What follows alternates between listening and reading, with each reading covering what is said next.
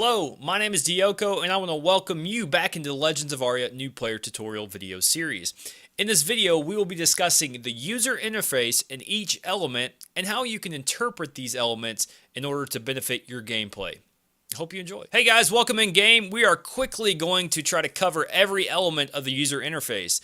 While we may not get to every little nook and cranny, this is going to be the general overview to help you understand what the game is trying to present to you in order to interpret that information to the best of your ability. So we're going to start simply in the top left-hand corner.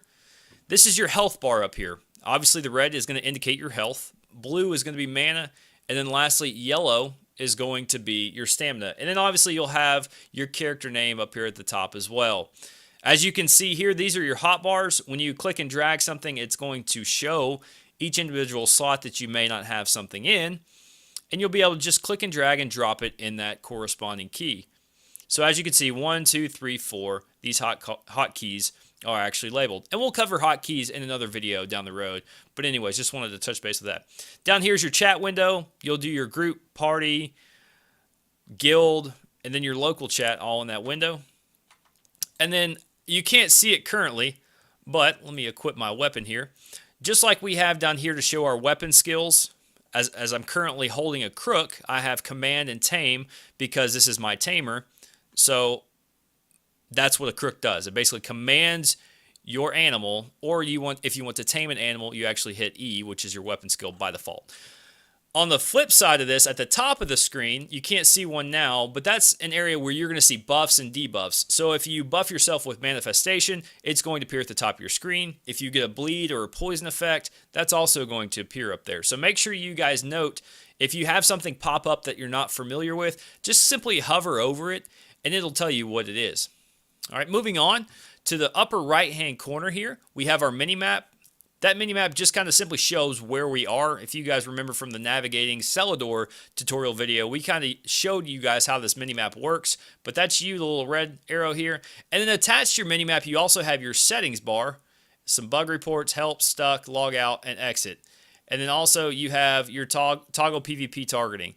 So this is basically how, if you're out and about and you're in an unprotected area, you want to toggle that on and off if you want to be capable of attacking people. Now, if it's not going to prevent you from getting attacked, but it will allow you to attack people. It simply unlocks your karma so that if you're a new player and you don't want to lose karma because you're in a protected area, or you don't want to do something that's going to get you guard whacked, you definitely want to keep that enabled, okay? So be sure you know what you're doing when you click that button.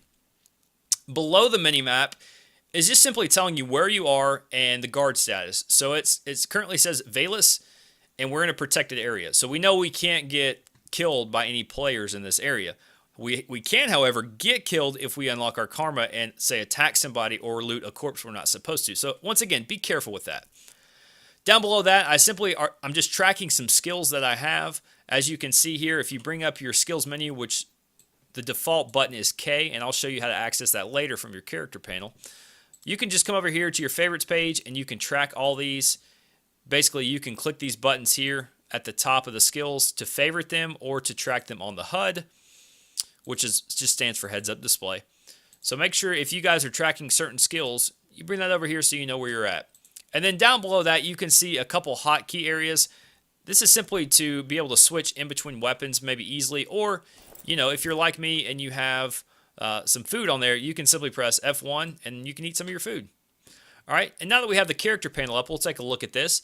The left slider, as you can see here, it kind of unhinges from the character panel. It's simply going to show you your stats, your attack speed, accuracy, defense, evasion, and these are your melee items. You hit the little bubble here, and that's actually going to bring up your manifestation and evocation power. So again, melee, and then your magery, for lack of a better term. All right, we bring up the right slider here. This is just your social panel, your guild, your allegiance, your title, and then you can always enter in a little biography here if you want to, if you're one of those types of people that like to do that. Also on the character panel, we have the skill book, as we just mentioned, right here, that opens that up. We have the abilities book, we open up here, and then we have the backpack. And then last but certainly not least about this, guys, make sure you guys catch this part if anything, is the keyring, okay? The keyring is very important. If a friend gives you a key, or if you have a key to your own house, make sure you add that to your keyring. If not, if you are killed by another player, or if you're killed by a monster and a player loots your key and finds your house, then they're capable of looting pretty much everything in there. So be very, very careful with keys. But guys, this is it for user interface. Hope you enjoyed. Hey guys, thank you so much for watching that video. I hope you enjoyed it. Please, please, please like, comment, subscribe. Definitely let me know what you thought of the video. If there's anything I can improve upon, definitely leave that down below.